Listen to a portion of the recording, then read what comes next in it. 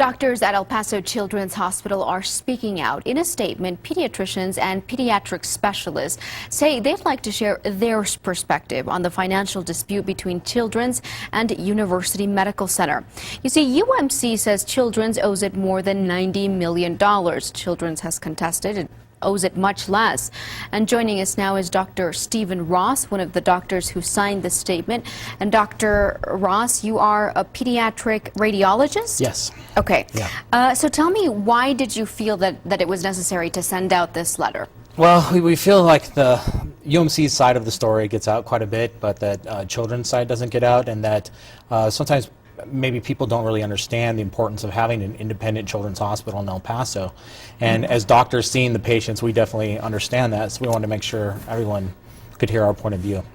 Now, one of the main contentions in the letter is that if Children's becomes a subsidiary of UMC, you all see that as it essentially becoming a children's wing within a general hospital instead of a standalone, independent children's hospital. Now, UMC says that's not the case, that you all would still have autonomy. But you believe that deal would hinder your recruiting abilities to bring pediatric specialists that want to be part of an independent hospital, not a children's wing inside a general hospital. Oh, absolutely. It's already having recruiting efforts, just the specter of being taken over by UMC. Right now, I just spoke today with several medical students who are looking at residencies, and they were not interested and did not rate El Paso highly at all because they were afraid of UMC taking over El Paso Children's. And they specifically cited that reason? That's the number one reason they told me. And instead they're ranking Dallas higher than us, whereas they had wanted to stay in El Paso because their family is here.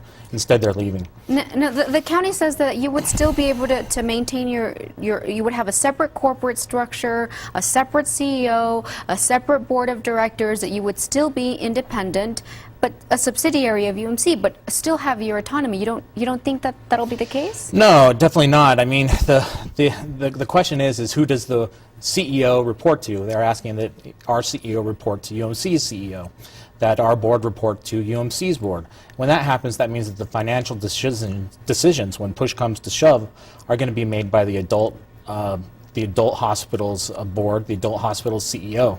And that's not going to be what's best for the children. Now, we spoke to County Judge Veronica Escobar, who said today, ultimately, any decision with Children's going forward, if Children's accepts this plan and becomes a subsidiary of UMC, would have to be approved, would have a final approval from County Commissioner's Court. And the county says that commissioners are friends of the Children's Hospital and want the Children's Hospital to maintain autonomy. So, does that convince you at all? No, I'm glad that they're interested in keeping track, but we've seen no support from the county commissioner's office so far as our discussions with UMC, and we feel that us as the doctors really have had to be on the forefront of protecting the independence of the children's hospital, and we want to make sure that the decisions really are made based on what is best for pediatric care going forward in El Paso. Okay. Dr. Ross, thank you so much for joining us and sharing this perspective with us.